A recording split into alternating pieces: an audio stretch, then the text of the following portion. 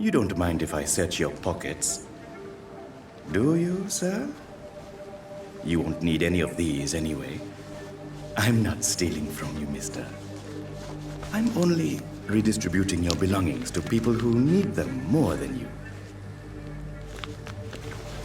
You see, no one has claimed your body, sir, so it would be such a shame to bury you with your valuables.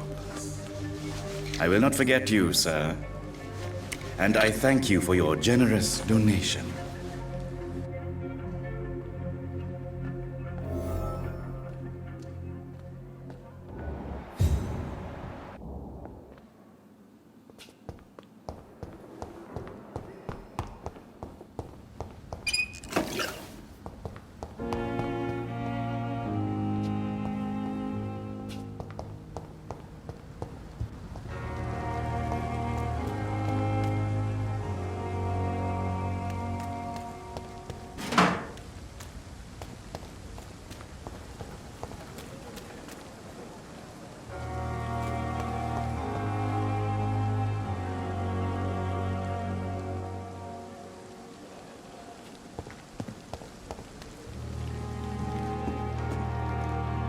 Good evening. I'm Dr. Reed. Always a pleasure to meet a colleague, sir. Especially when he was supposedly dead. A colleague. Are you a doctor too? Not anymore, sir. I used to be Dr. Rakesh Chadana. Now, I'm just Mr. Chadana, pawnbroker and humble guardian of this morgue. What do you mean, you used to be a doctor? Was your license revoked? No, sir. It is just that I like to be precise. I run a little pawn shop while taking care of the dead. But I used to be a real doctor.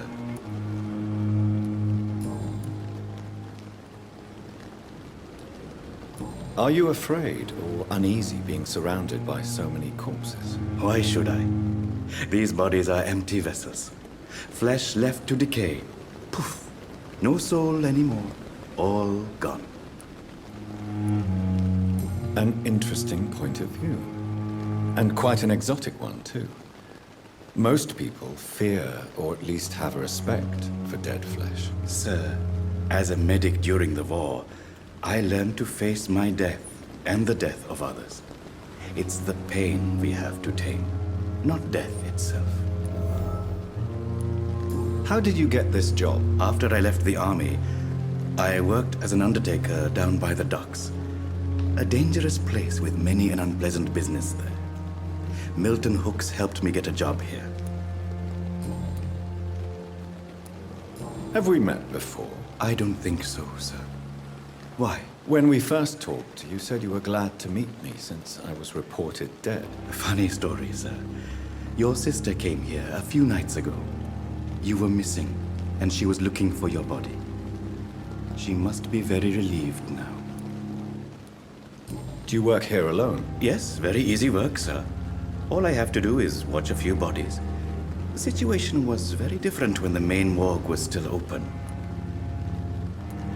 Why close the hospital's main morgue? It was for sanitary reasons after the beginning of the epidemic.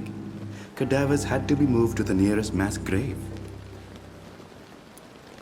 Why do you have to watch these bodies? Because these poor fellows have no names. We keep them in case someone comes looking for the missing. Sadly, very rarely happens.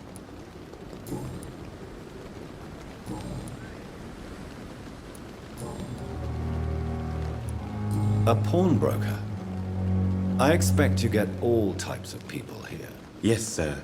All kind of people. For I sell all kind of goods. What kind of goods? With the quarantine, it's not always easy to buy things. So I trade. I exchange. Some people sell, some others buy. I like to help. Who comes here to trade with you? It's very unhygienic, even unsafe. Diseases can spread. For the customers, for the hospital. I'm very cautious, sir. I've been a doctor, remember? And all my clients are good people. In fact, I think I only know good people. Since you're not afraid of dying, Do you believe in life after death, Rakesh? No. I believe we must do all the good we can while alive.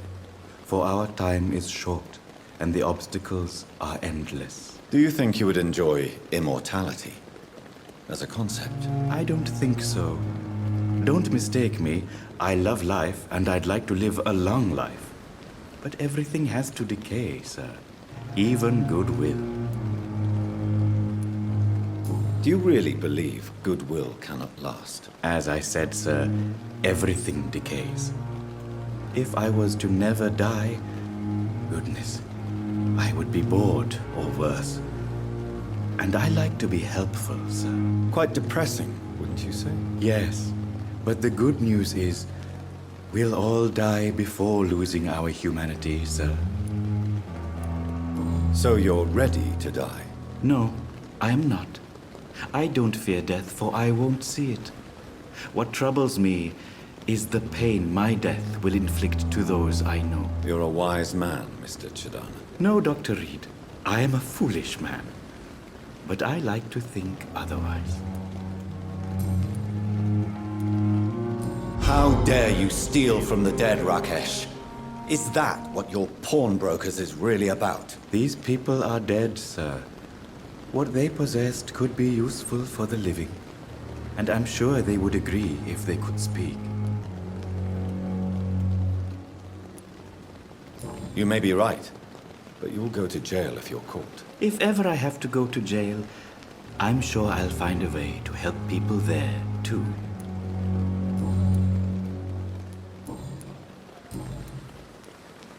Please show me what you have to sell. Of course. It's just trinkets and curios, really. But I'm sure they can be useful.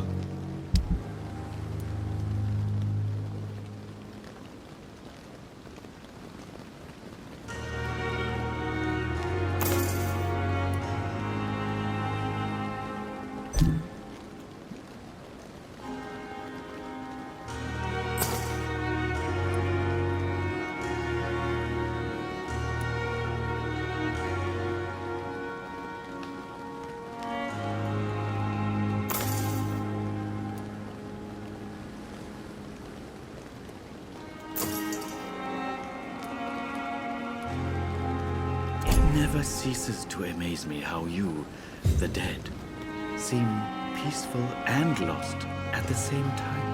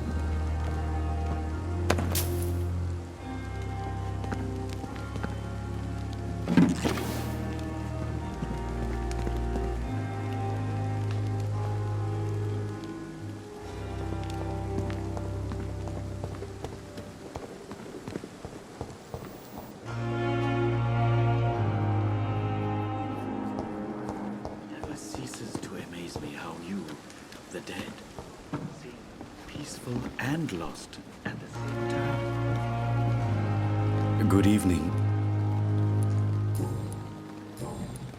Goodbye, Mr.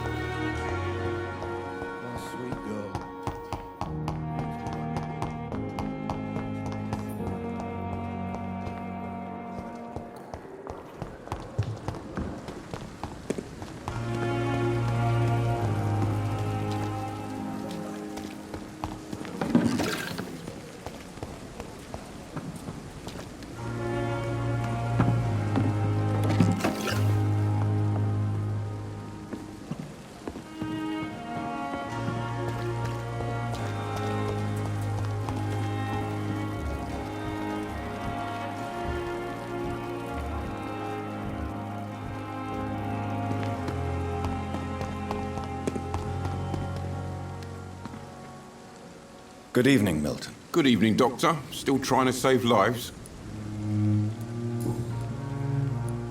Tell me why you're extorting money from some of the patients here. If a patient wants a bed, he'll have to pay me a little fee. That's all. Where did you get the idea for such an immoral scam? Funny you should ask. The first time it was from a patient who bribed me to get a bed. It's only then I realized I could make a fortune.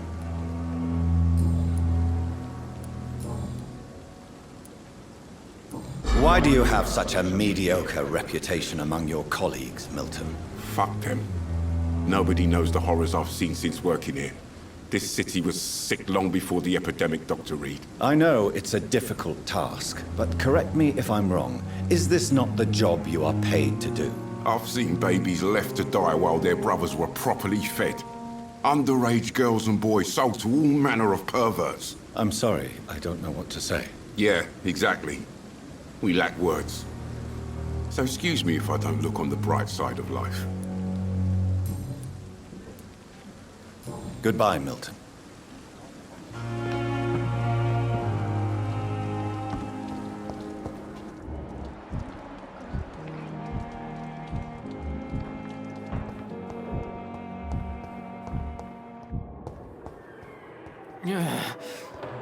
Damn. The pain. Good evening, sir. Can I help you? Unless you're here to fix my face. No. I don't think you can help me. I'm Dr. Reed. I've recently taken the position of head surgeon here. War injuries, am I right? You guessed right, Doctor. German shell took my pretty little mug right off. But they still call me Thomas Elwood. How is your stay with us, Mr. Elwood? Oh, it's bliss. I just escaped death in the trenches to be surrounded again by the moans of the dying. Can I ask you precisely why you're a patient here? It's the pain, sir. The drugs don't work. It just hurts under the scars, if you get my drift. Who is treating you? Is someone in particular looking after your case? Nobody since the old and tired doctor spoke to me. Started to think I was forgotten about. Wouldn't blame you. You don't seem worried by that. My face hurts so much more when I smile or cry. I've learned it's easier not to speak. But be assured I'm smiling inside. Can I do anything for your pain? Nurses gave me a bunch of pills. No effect. Told you. It's like the flames are under my skin, burning away. Why do you feel responsible for the injury, Thomas? What really happened? I wasn't disfigured by any German shells. It happened during my leave. It was an accident. Why lie about it? Come on. It's one thing to come back disfigured by the Germans, and it's another to get injured in an accident that could have happened to anybody. Reconstructive surgery has been very successful for some soldiers. I don't want to wear a bloody mask for the rest of my life. I'd rather stay here and just be forgotten. Tell me what really happened then. I went with a whore in Rouen. Dead drunk I was. The hotel was a shithole. There was a fire that night. Did you start the fire? Were you trying to avoid going back to the front? That's not uncommon, you know. No. It's just that I was asleep when the flames reached the room. The girl was long gone. Bitch never woke me up. Left me to burn.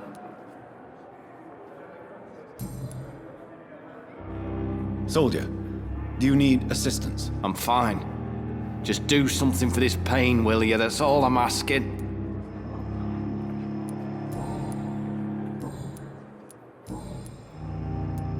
Where were you stationed, sir?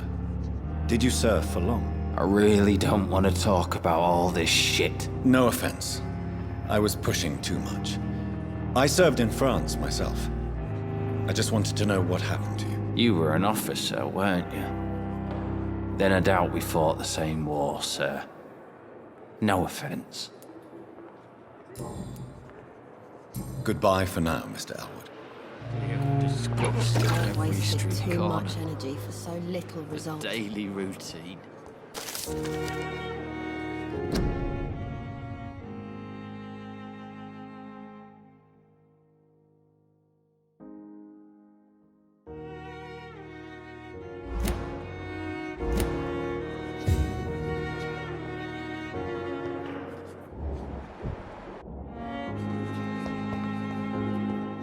A giant morgue disguised as a Red hospital. with no respect. That's painful.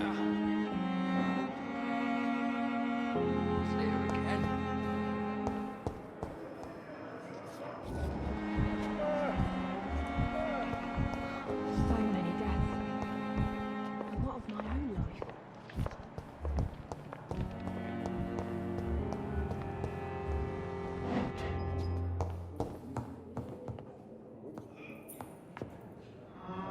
Good evening, sir. I'm Dr. Reed. I believe we're going to be colleagues. Reed, yes, I've been informed about your arrival. I'm Waverly Ackroyd. Welcome aboard, I suppose. Does my arrival inconvenience you in some way, Dr. Ackroyd? Let us just say that I don't particularly share Dr. Swansea's enthusiasm for hiring you. What we need here are reliable professionals, not overrated dabblers.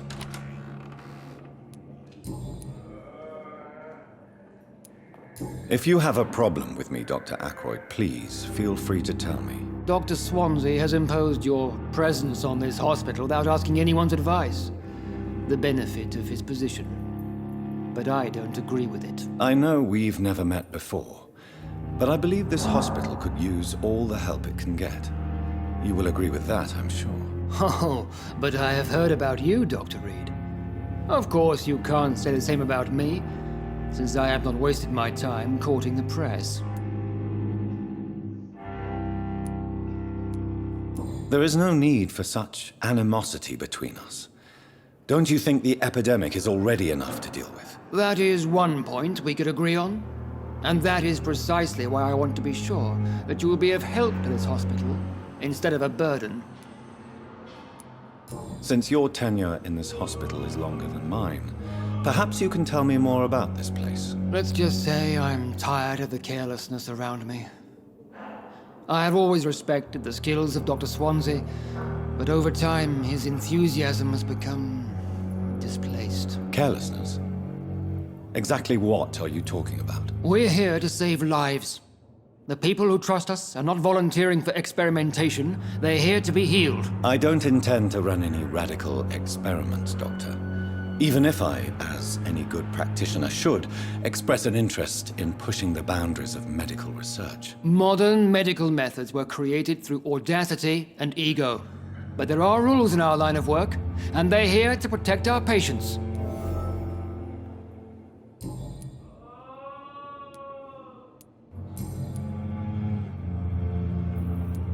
It seems you have bad memories of your military service. I refuse to see this industrial slaughter as scientific progress. War only reveals the worst in men. We can at least agree on something, Dr. Ackroyd. I don't know what you've heard about me, but I have already proved my value as a practitioner. I don't question your skills, Dr. Reed, but your motive. Is it money, fame, or are you truly dedicated? And what exactly is that supposed to mean? I served in the war just like you. But unlike you, I did not use the wounded to play the modern sorcerer. Be careful what you insinuate, Dr. Ackroyd. I only want you to admit you used those men to improve your theories. Knowledge has always been and will remain our main weapon, and it has always come at a price. And personal initiative. It is not a question of initiative, it is a question of integrity. These men and women have put their faith in us, Dr. Reed. Do you need my assistance? Not at all. I'm sure that you are used to gaining people's trust with your impressive skills. Well, it will not be the case with me. Thank you for your time. We'll talk later. Sweet girl. never could keep anything from her.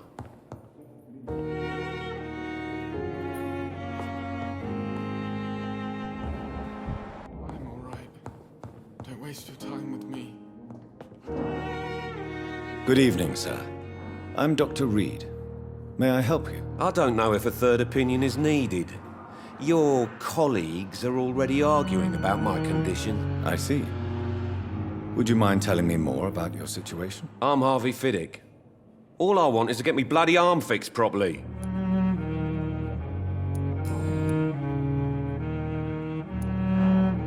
Tell me about yourself, Mr. Fiddick. I'm just a regular guy waiting to get his arm fixed, so I can return to work and to my family. I was more curious about what you were doing before being hospitalized. I'm a carpenter, and a good one too. But that means I need both arms to feed my family, Dr. Reed. Tell me about the doctors who are arguing about your case. Strickland and Aykroyd. They both want the best for me, but there's a lot of pride there. Doctors are no different from carpenters, it seems. What do you mean? I often had professional arguments with rivals on a building site. Difference is I disagreed about wooden nails, not flesh and bones. Are you satisfied with your treatment here? Well, it's clear that I've chosen a bad time to be injured. Forgive my bluntness, but you seem overwhelmed by cases of the flu. I won't lie to you about it. I'm afraid we are. Are you sure you don't want to operate yourself, Dr. Reed? I have the feeling you're very capable. And your colleagues seem to think so too. In other circumstances, you would be right. But for now, I don't think I can take on the responsibility. My apologies.